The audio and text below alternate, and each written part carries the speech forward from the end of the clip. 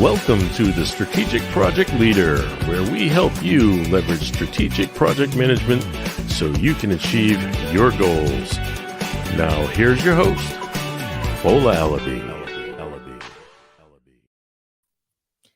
Good morning and welcome to the Strategic Project Leader, where we help you achieve your goals and go further faster in business and beyond. We help you leverage project intelligence, PQ, a crucial quotient every professional, entrepreneur, and leader needs to achieve goals and amplify success. I am your host, Fola Alabi, your business and transformational leadership expert, a keynote speaker, consultant. I have today with me Jay Franzi, a business leader. We're going to be going into something really, really awesome. A question that I've been asked over and over and over again. Jay, how are you today? I am very good. That's the question you get asked over and over and over again. No, I know you're awesome though, but we're going to be talking about how to, land a project management role with ease. We've got a fantastic leader who's going to be diving deep into this. I'm going to be, talking and having a conversation with Jeremy. Jeremy is the founder and the chief nerd at Break Into Tech.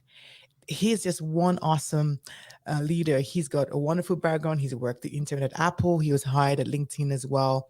And he has served as the VP, backed, a lot of startups as well. But the interesting piece was that he transitioned from being a kindergarten teacher to working in tech.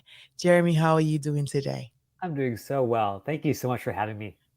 Fantastic. It's always great to have you as well. I know I have heard you speak. You came on, on a sister podcast, and I'm like, you had to come on here today so we could talk about this. A lot of people want to know how can they get into tech? How can they, land that project management role? So we're going to be diving deep into all of this conversation. So first off, Jeremy, how did this journey start? How were you able to break into tech? Yeah. So I think if my story hopefully resonates with your listeners out there, anything is possible. Like you said, Fola, I started as a kindergarten teacher in Bed-Stuy, Brooklyn, and I always loved technology. I was getting my kids working on MP3s and PowerPoints, even at the age of 5. And I always said, there's got to be some way for me to be part of this tech scene. And what I discovered is through the power of LinkedIn, through the power of building a really effective network, I was able to make that transition ultimately to Apple, to LinkedIn, to Google, and today at Khan Academy. And so for anyone out there who's like, I really want to be in tech, or I really want to be in project management, just know that there are ways to get there. And that's what we'll talk about today. Fantastic. Anything is possible. You hit the nail on the head, right? When you think about the word impossible, actually says I am possible. So as long as you're ready to put in the work, as long as you're ready to, amplify your success, leveraging the tools we're going to be giving you today, we're going to be celebrating loads and loads of successes. So when we just step back and start off, in order for a driven professional to take that journey, what would you say are like the key steps that needs to be taken, like from today, right? So where are they going to start from? Yeah. So here's the first thing. I see so many folks make a big mistake even when they get started, which is they put a certain job up on a pedestal. They say, I want to be a project manager or a program manager or a product manager. And then they just go after it and they finally get the job only to discover that it was actually less satisfying than the job they had before because it wasn't right for them. So as much as you think you know the job, really let experts on the inside guide you to have a really deep understanding. So the first step I recommend for all your listeners is if you've never been a project manager before, reach out to existing project managers on LinkedIn, to folks like Fola, folks, across every industry, every company, there are always project managers, and just say, hey, could I have 15 minutes of your time to learn about what you do every day? What are you focused on? What are you really passionate about? And what you'll discover is, whoa, this job might be very different than I expected. And now, because I have this insider take from an actual insider, when I do decide to take the plunge, I'm doing it with eyes wide open as opposed to this naive mindset. I think this is absolutely awesome when I think about it, because I've got a framework which I call the strap up method that I walk my clients through when they're going through this actual process as well. And that piece you just talked about is a tactical research. You need to understand what are the steps needed? What exactly does the industry look like? You need to understand, what are the project managers are actually doing? What does it mean, to be successful within that particular role? So that's a fantastic point, right? Reaching out to other PMs who have, walked through that path, and you can, pretty much be way ahead rather than starting from way below. You can reach out and, be, steps and steps ahead of that. And that's great. So when they reach out, which is a great one to say, okay, yes, for I want to get into, project management, where do I actually start? How do they really do that? Because I know you've got great strategies so you can ensure that every connection you try to cultivate is one you're going to get a yes from. Because I just get like loads of people who go off and just say connect, right? There's Yeah. no, there's nothing. I'm like, who just wants to connect with any random person, right? So what can you just walk us through a very clever way that we can actually, that they can actually connect with great people who can help them move their career further? Absolutely. Such an important question, because I bet a lot of people's hearts kind of seized up when they were like, reach out to a total stranger? What? What are you talking about, Jeremy? But I'm going to show you a really foolproof process that will make it simple and anxiety free. So the first thing you want to do on LinkedIn is you don't want to look for any random project manager. You want to find someone who maybe went to your school or worked at the same company as you did a couple jobs ago. And that way, when you reach out, you're not reaching out to a total stranger, but basically a member of the same tribe, someone who has something deeply important in common. And then when you reach out, you don't want to reach out in this completely dead end way of, hey, let's connect on LinkedIn, whatever that means. Instead, like a good marketer, you always want to have a call to action, which is, hey, I know you're incredibly busy, but even 15 minutes on a Zoom call could make a huge difference for my decision. And that's catnip to any LM out there, because they all want to pay it forward. They want to help the next generation. And then the last step is, when you hop on a call with them, don't just sort of pitch yourself or tell them how amazing you are. Instead, give them a chance to share their story. Bola, what is every human being's favorite topic of conversation? Everyone wants to pay it forward. They want to know, you don't know my pain and all of that. And they want to pretty much share what they've been through and how you probably can avoid that. Exactly. Without having Everyone's favorite topic of conversation is themselves and their own story, right? Yeah. And if you give people a chance to share that, they're just going to completely give you the honest truth. They're going to say, hey, this is where I came from. This is why it was hard to break in. Here's how I got around that gatekeeper. And in doing so, you're going to learn all these valuable insights, all because you ask great questions and you listen carefully. So those are the 3 steps. Find the perfect person, reach out the right way, and ask the right questions. Find the perfect person, reach out, and make that connection pretty meaningful. That's really great. And another piece I want to actually add to that is ensuring that you are positioning this as value to them, rather than it seeming as though I want to land that job and I just want to get in now, right? Having conversations around, guess what? Maybe I found that maybe on Google, you guys are doing this major transformation, right? What technology are you guys using? I heard that when it comes to like software implementation, like SAP, or if it's Oracle, try at least sound intelligent. Show them that you've got something at least that you've got to offer, rather than it just being a case of, oh yes, I just want to just learn. I want to get from them as well. So that's definitely great. So once you make that connection, make it work. So when we've done all of that, what will be the next step they can actually take? So they've landed a connection with that leader, and now they feel that, yes, I've got some tangible stuff I can do. What next, Jim? Okay, so now you want to connect everything you just learned about the job to what you know about yourself. So I think the next step is a little bit of soul searching, where you think about, what were some of the moments in my previous work where I completely lost myself in this flow state? That's this idea from this famous psychologist, Csikszentmihalyi, that if you are doing something that is just right for you, you get so engrossed that you lose track of time. All of a sudden it's 3:00 in the morning and you're so deep in your Gantt chart or your Excel sheet because that is a fit for your superpowers. So if you can figure out, the stuff that I love to do and the stuff I could do in this role are one and the same, you're like, ding, ding, ding, we have a winner. This is a match that can absolutely light a spark for the rest of my career. And then when you know that there's a completely effective match, that's when you're ready to start applying for jobs. And we can talk all about how do you apply, how do you network, whatever you're curious about, Fola. Let me ask you a question, Jeremy. Yeah, you talk Jay. about providing that, you're a coach, and you talk about providing that background where you're doing something you like and turning it into a career.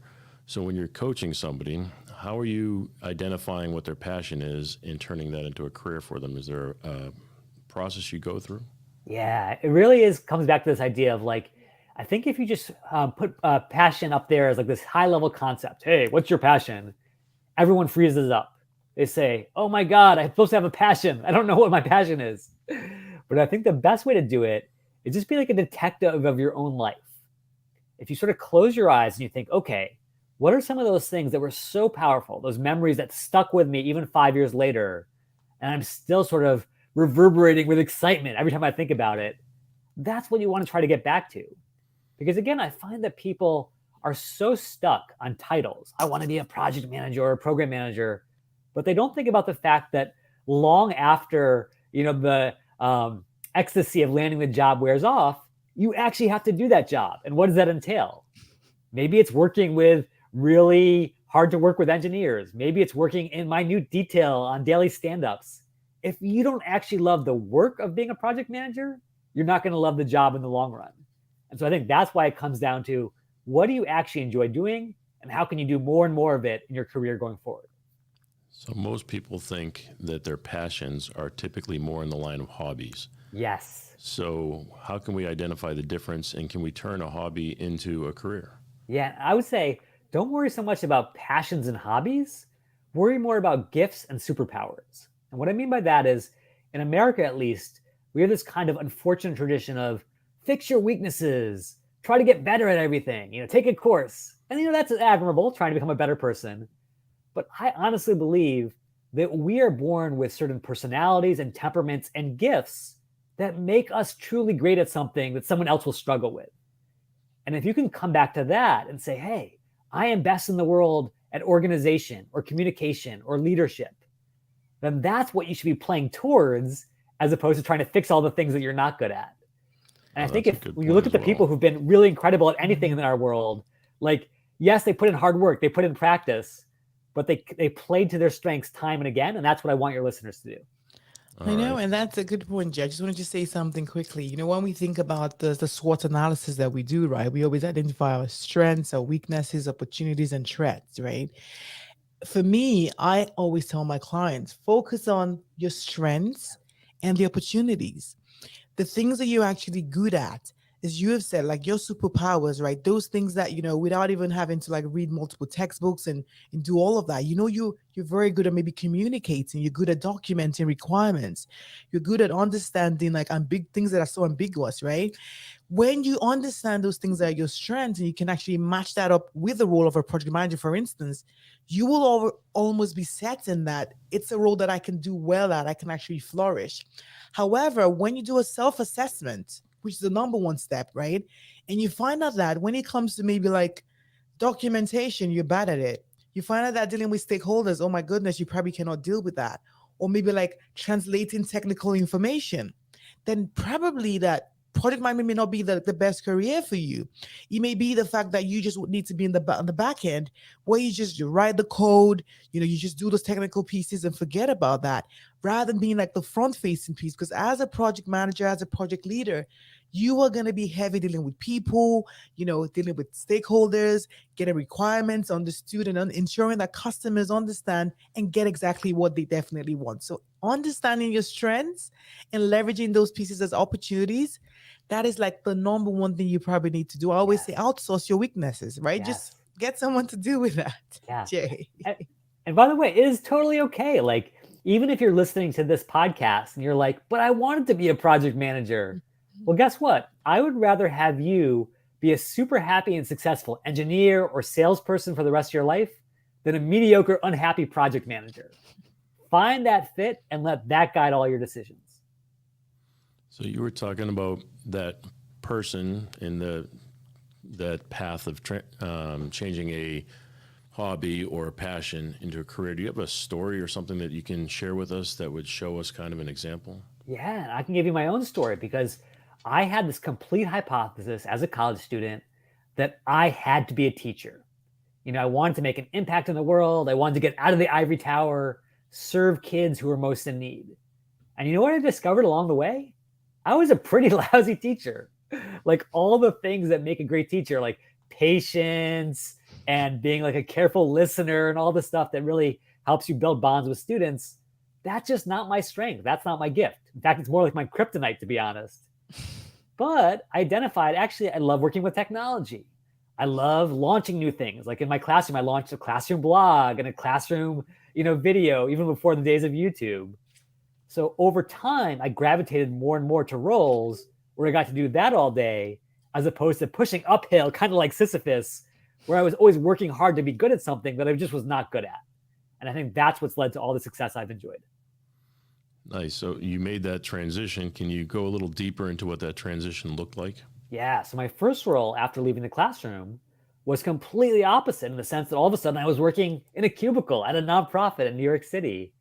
And even though I was making less money and it wasn't the job that I thought was right for me, back when I was in college, I was way happier because as a huge tech nerd, I was, diving into Excel, making pivot tables, running VLOOKUPs, all the stuff that was the opposite of teaching, but that was the perfect fit for me. And that's when the light bulb really went off, which was like, oh my goodness, this stuff that I assumed was just completely boring is actually perfect. But I only experienced that because I was willing to give it a shot. You were willing to give it a shot. For sure. I look at this as well and I say, as soon as you've gone through your self-assessment, you've done your tactical research, you need to do a gap analysis, right? Based on your current state, understanding where you're currently at, and then looking at the future state of where you want to get to. And then you see, that bridge in between to understand. So what exactly are the steps that are actually needed to get me to my future state? So in doing that, to your point, you starting to feel that, the spreadsheets, the VLOOKUPs, those are exactly where you actually wanted to be, and you got into a nonprofit. So I also always encourage people to, identify those areas and say, if there are major gaps based on your gap analysis, you need to find out, is it going to be training? Is it going to be like mentorship? Is it going to be going back to school? Whatever that is, at least you now understand that if I want to create that 6-figure PM role, whatever that is, now you understand, what the gap is, and you can get Jeremy as a coach and say, I just need help. You can come to Jay and say, Jay, come help me out with this. But until you understand what that gap is, you're just going to be spinning your wheels. You're going to keep sending your multiple resumes out there. You're going to be wondering, why are they not actually calling me, right? Because you're just like far away from the mark.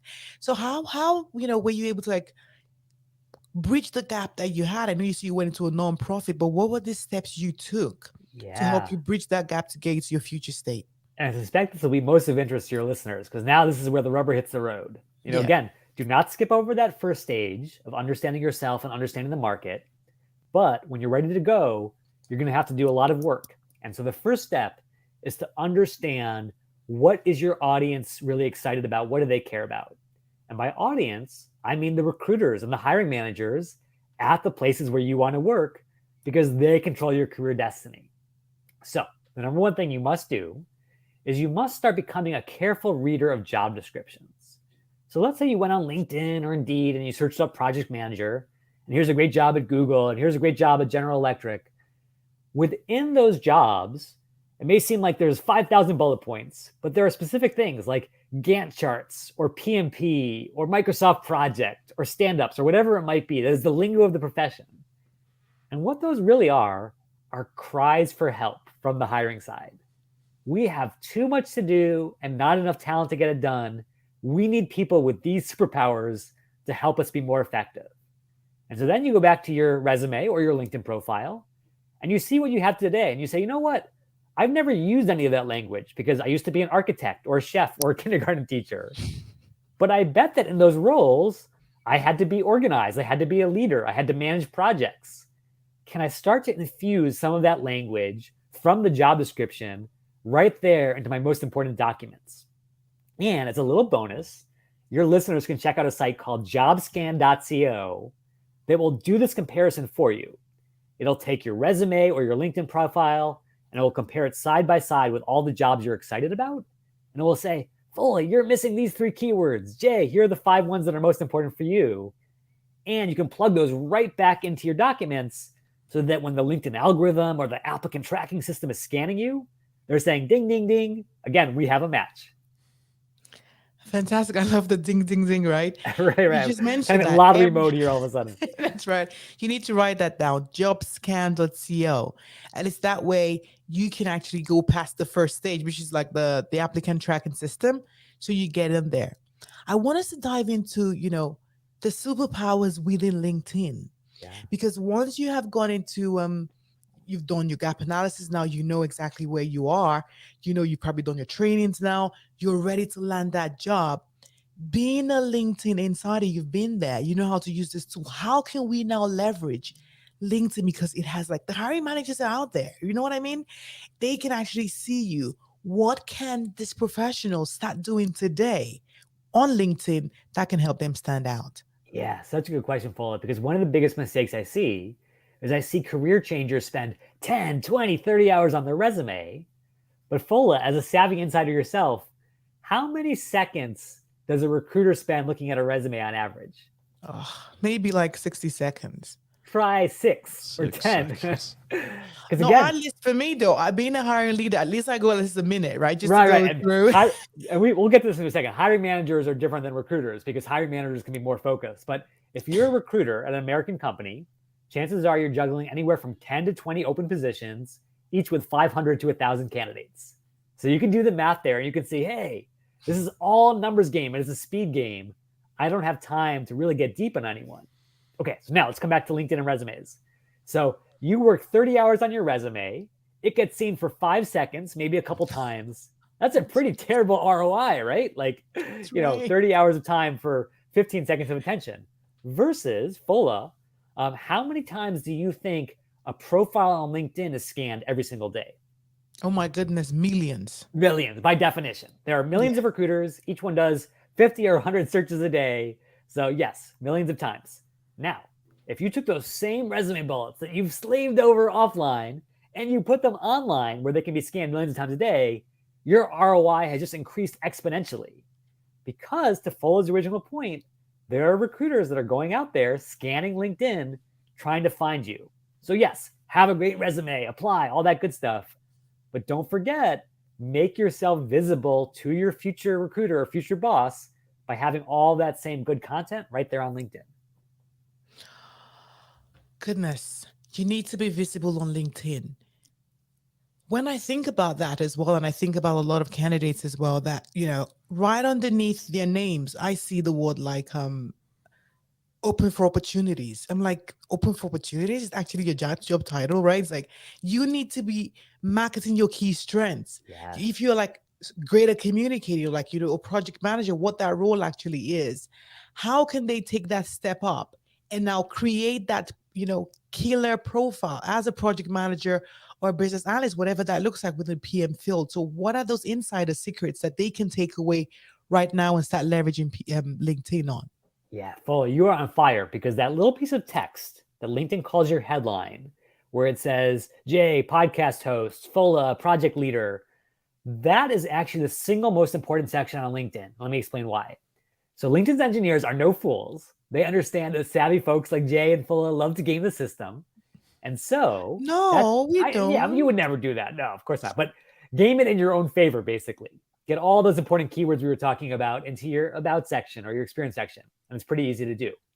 Your headline, however, is limited to 160 characters, shorter even than a tweet.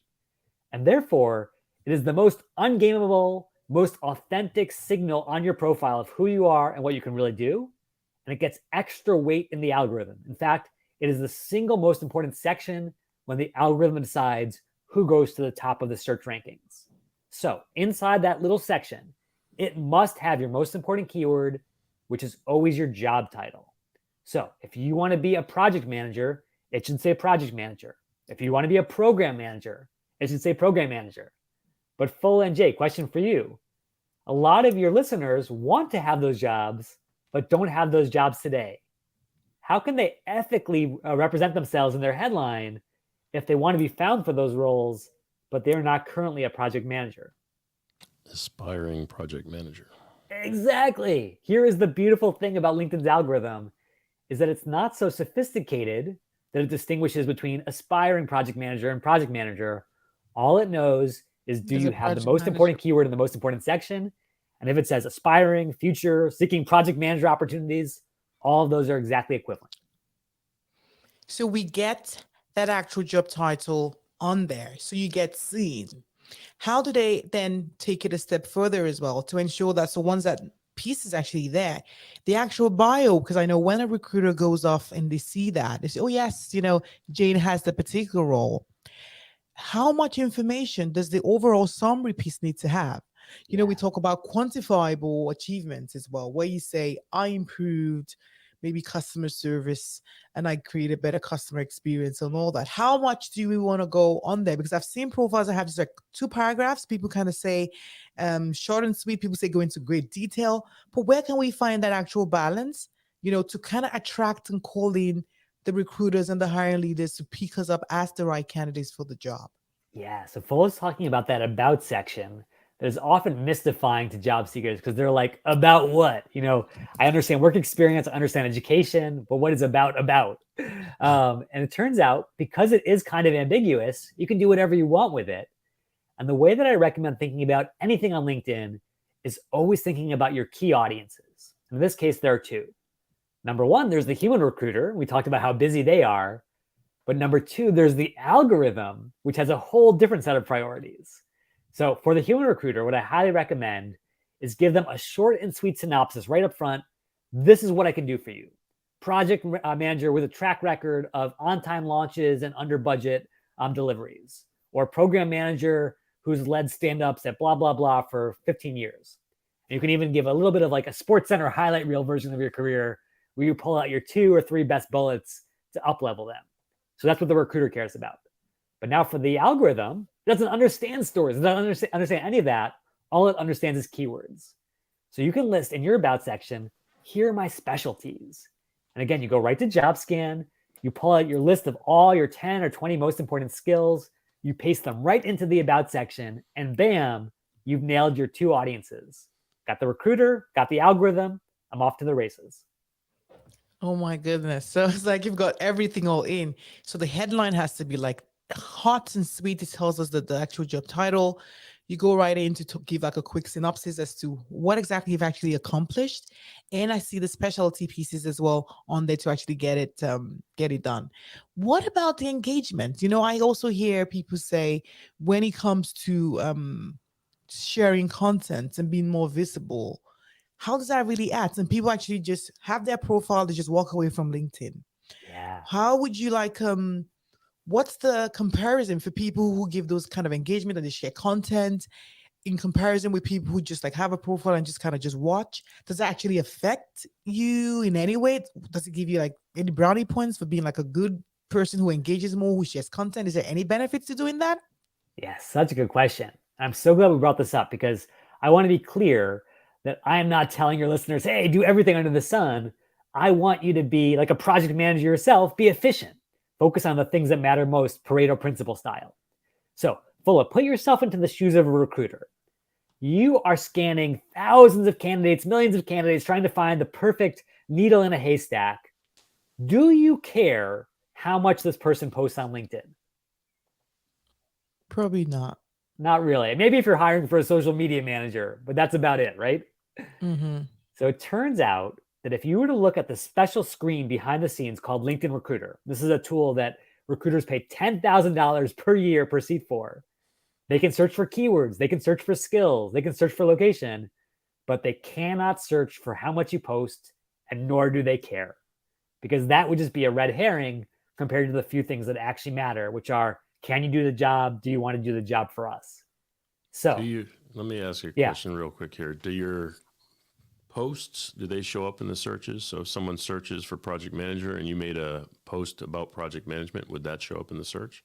No. So the search that they see is only about people, and it's only about the people who match those most important keywords, again, in their headline primarily. So there are lots of reasons to post if you want to be a thought leader, if you're building a business, if you're trying to generate leads, lots of things we can talk about if you're interested.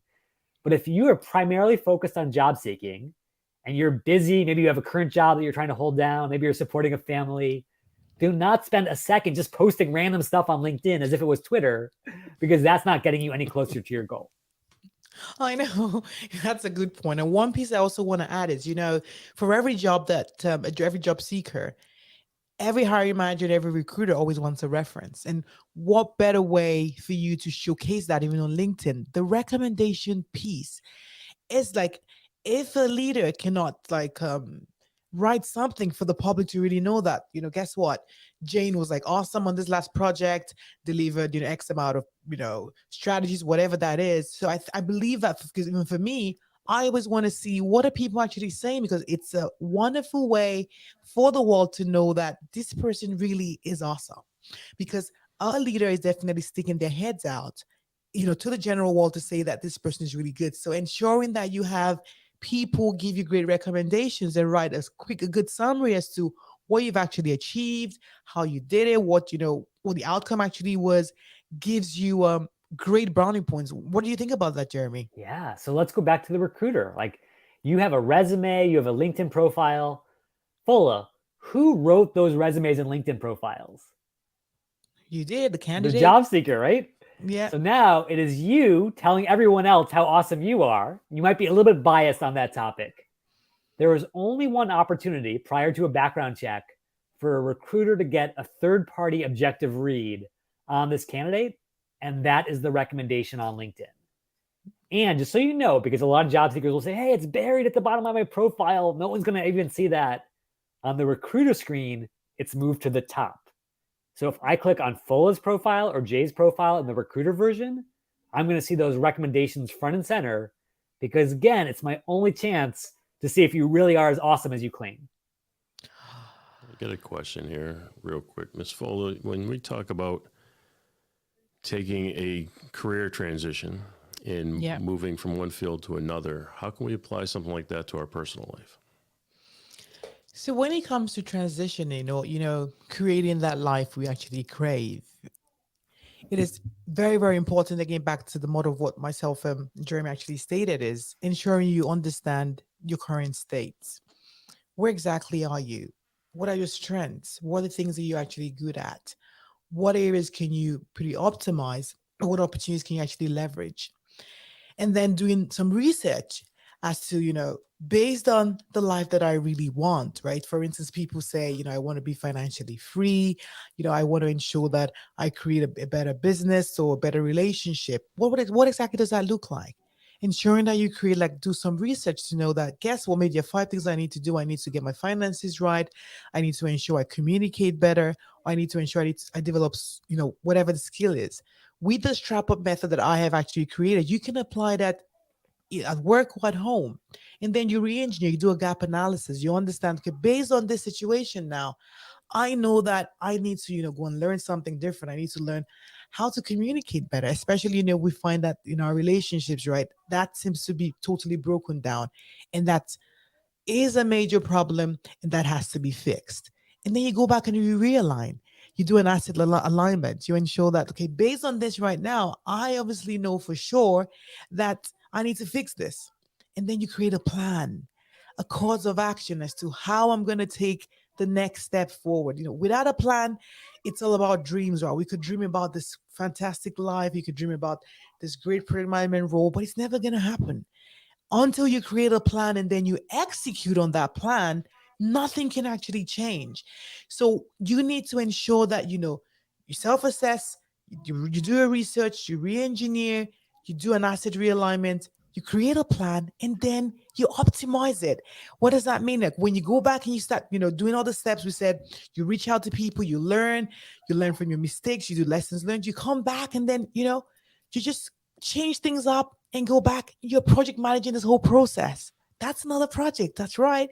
So even in your personal life, you are pretty much project managing the success that you definitely want to see. So without a doubt, you can leverage project management at home and at work. So to create that life, financial freedom, whatever that is, you need to be ready to what? Strap up. Back to you, Jay. Very nice. Thank you. So great. So, like, Jeremy, do you have like any final words for us? I know we've kind of gone even over overall, we think about leveraging in their personal life and people who want to like land that job. What would you say are like the overall 5 things you need to take away right now? Yeah. take So that step and land that dream job? I was trying to sum it up really neatly for your listeners because I admire project managers and how organized and concise they are. And it's really just three things. It's number one, do you have focus? Have you done your homework? Have you investigated what the career is really like from insiders? And have you connected it back to what you love doing? So that's number one. Number two, make it easy to be found. Get those great keywords into your resume bullets, onto your profile. Make it easy for recruiters to discover you. And the third thing, we didn't talk about this very much, but I think this is pretty easy and intuitive. Don't just sit back and wait for opportunities to come for you. Go out there and create your own opportunity. And the biggest advantage you can give yourself as a career changer is to get a referral from someone on the inside. So if you did your homework in the first stage and you met all these amazing project managers at all these great companies, now go back and say, hey, here's my beautiful new project management resume. Would you mind referring me for these roles? And that will instantly give you a 10x edge versus people who only apply online. So again, 3 steps. Make sure that you have clear focus. Number 2, make it easy to be found. And number 3, give your future self the greatest gift of all, which is getting a referral and a big edge in launching your career. It's awesome. I know, that's good. That's pretty simple. So you need to just stay focused, pretty much ensure that you have that plan and, get an insider to help you get this done. This has definitely been awesome. Jeremy, I cannot thank you enough for coming on the show. You've been awesome. You've been pretty much, a lot of people have been putting in the comments right there. Everyone's like, goodness, how did he make that transition? We just made it clear that impossible definitely says I am possible. Jeremy did it. I did it. Jay as well has transitioned. Like he has moved and is actually skilled and become even the vice president of his company with those similar skills as well. So it's definitely possible. We want to be able to share your success stories. So go on, take the steps and pretty much execute everything that you want to see, the results that you actually want and you desire. It's all about execution. We can keep dreaming, but until we do that, it's never going to happen. Jeremy, thank you so, so much. And for everyone who's actually listened, who's actually commented as well, I just want to say thank you for being here. You've actually made our day this morning. Thank you for joining this episode. And if you found a lot of value in this, I want you to definitely share this and let people know so that they can actually take actions as well and create that life they definitely crave. If you haven't actually done that, please like, subscribe, and share with a friend. As I said before, just remember this. The life you crave is just one project away. So take steps today and you will definitely get the results that you definitely want. Thank you so much, and I cannot wait to see you on the next one. Have yourself a good one. Bye bye.